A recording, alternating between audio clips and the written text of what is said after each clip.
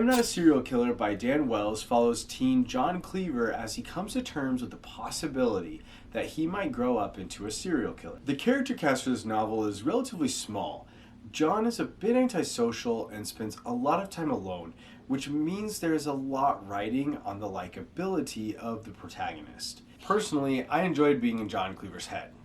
Mostly. From what I'd heard of I Am Not a Serial Killer, I'd gotten Dexter vibes, but John Cleaver is actually pretty young, which gives the story a whole new vibe. I've forgotten if he's in high school or middle school, but I think it was high school, and it took me a minute to get used to his younger voice. YA voices are pretty hit and miss for me. Usually I'm between hating and tolerating it, but once I got used to the voice, I really liked it, and I like John. The side characters are well developed, with an asterisk.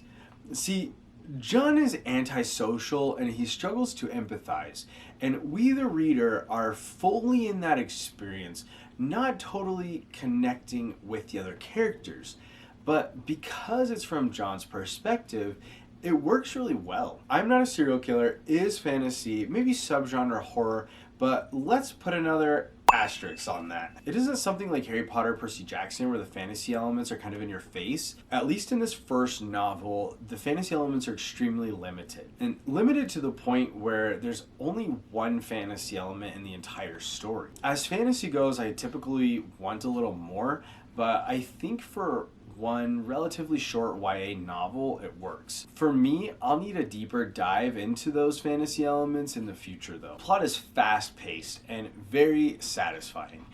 I will say though that I'm iffy about picking up the next book. The last YA I read, I tried to read book 2 and realized that though I liked the first book, I just wasn't invested in the story on a series level. I think it's a bit of a YA thing for me that I've got to be really invested to read a whole YA series. I'm Not a Serial Killer also has the added bonus of being tied up really well, so I might not want to ruin that ending, especially for something I'm not super invested in. Whether I finish the series or not, you will definitely hear about it when I rank everything at the end of the year.